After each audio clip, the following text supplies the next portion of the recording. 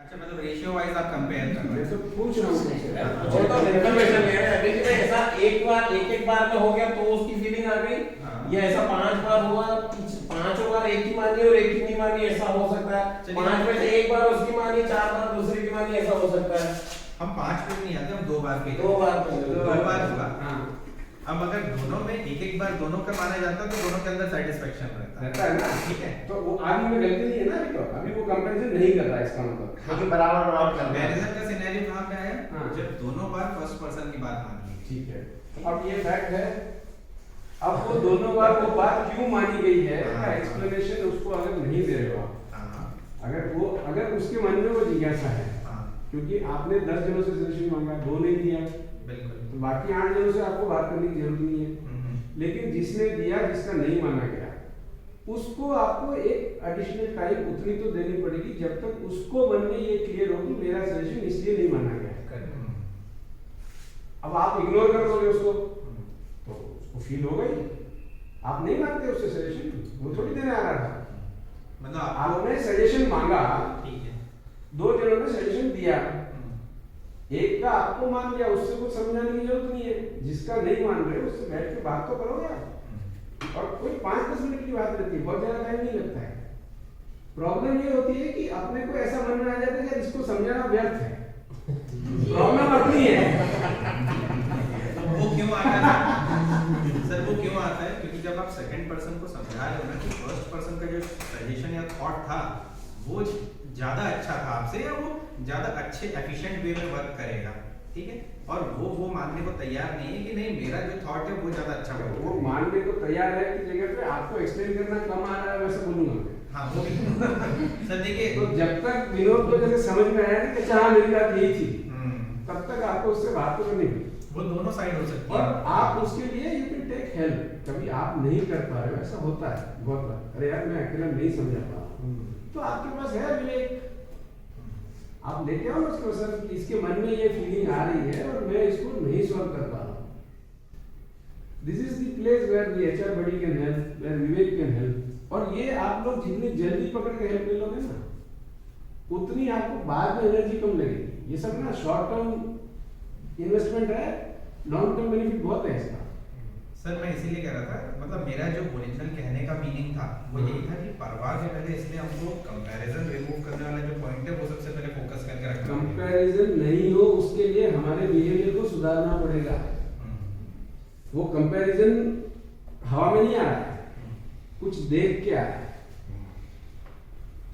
Comparison क्यों हुआ पे अगर आप जाओगे तो कंपैरिजन हटाना है वाली सिचुएशन पे जाना नहीं पड़ेगा। I think that's what comparison हो रहा है, उसको रिमूव करना है, ये स्थिति है ना आपकी। बिल्कुल सर। तो इसके लिए आप कंपैरिजन होने वाले जो कारण है उनको कम आपको करना पड़ेगा। कंपैरिजन कोई अपने आप से, अच्छा वो घर से जब उसने जब गैलेक्सी ज्वाइन करने का सोचा तो ये सोचा था कि मैं कंपैरिजन करूंगा। जब उसको आपकी टीम में डाला गया तब उसने ये थोड़ी सोचा था कि मैं कंपैरिजन करूंगा। उसने वो कंपैरिजन करना आपके साथ काम करते करते सीखा है। सेल्फ डेवलपमेंट तो हो जाता है कंपैरिजन, जरूरी नहीं किसी को देख के कंपैरिजन करना एक मानव स्वभाव वाली बात है। अगर हम पहले करते हैं तो नेचुरली आ जाता है। प्रॉब्लम कंपैरिजन में नहीं है, प्रॉब्लम उस कंपैरिजन का विस्तार में एक्सप्लेनेशन नहीं होना है, और उसके लिए कभी टाइम नहीं रहता है। दैट इज पॉसिबल, जब टाइम है तब कर लो। भी अपने पास बहुत सारे प्रोजेक्ट्स हैं, बहुत सारी डिलीवरीज है, नहीं कर पा रहे हैं अपन, बट अपने को अगर ध्यान है कि ये प्रॉब्लम है मेरी, तो उसको अपन मेजर इशू यही है कि अपन उन चीजों पे ध्यान ही नहीं देते हैं। तो फिर यहाँ बैठे का नहीं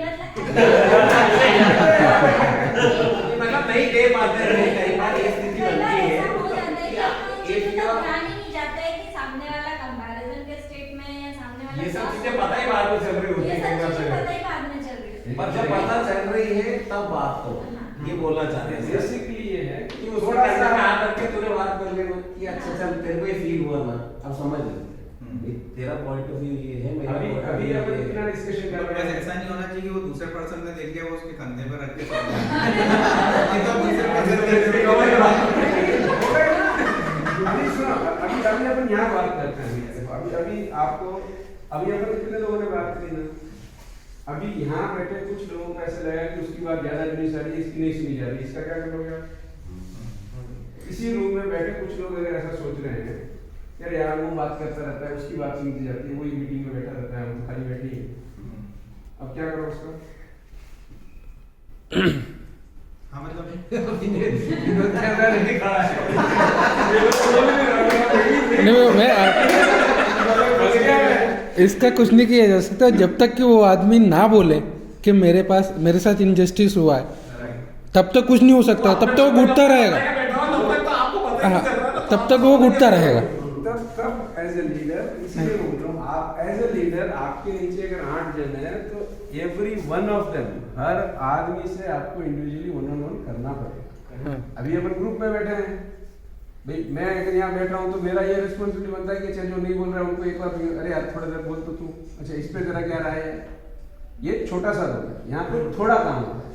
बट जब आप टीम मैनेज कर रहे हो तो आपको हर एक आदमी के साथ इंडिविजुअली 1-to-1 वो कनेक्ट बनाना ही पड़ेगा, उससे कम में आपका काम नहीं होगा।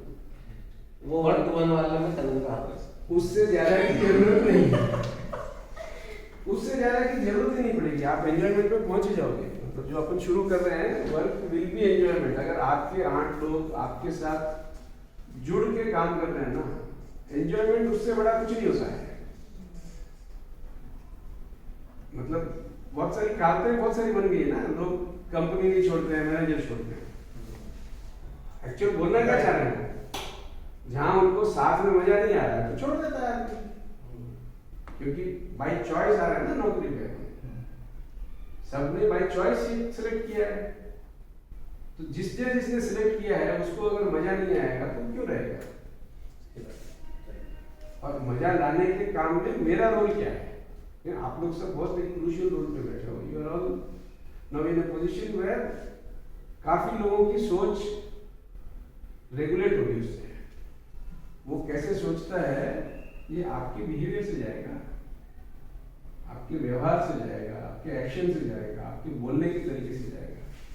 कभी कुछ नहीं बोलोगे तो भी वो मैसेज जाएगा, कभी आपने आंख कैसे देख लिया तो कभी आपने देख के मेरे को विश नहीं किया। 1000 आप अपने धुन में निकल गए, सामने ने विश किया, आप नहीं सुन पाए, अरे यार वो तो इग्नोर कर दिया। मेरी तो इच्छा। तो आप लोग बहुत रेस्पॉन्सिबल पोजीशंस पे हो, क्योंकि आप ही ना कंपनी के जड़ों से जुड़े हो।